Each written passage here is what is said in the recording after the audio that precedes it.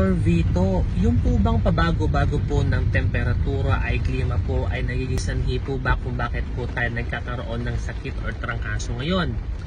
May mga tatlong factor na kailangan ma-identify, lalong-lalo na number 1 yung dry air.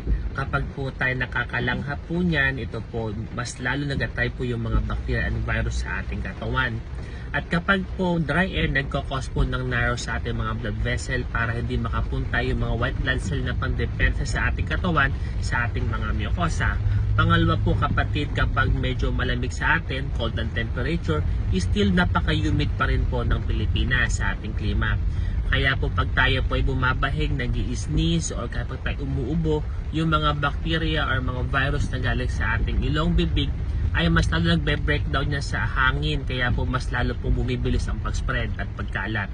Pangatlo, kapag lumalamig ang panahon, nagbabago ang klima, ang mga Pilipino po, tayo po ay pumupunta sa mga kwarto po na closed, mga malls, kung ibig sabihin, mas lalo po tayo po nagkakalat po ng mikrobyo at nakakahawa sa ating mga kasama, partikular kung tayo ay may sintomas.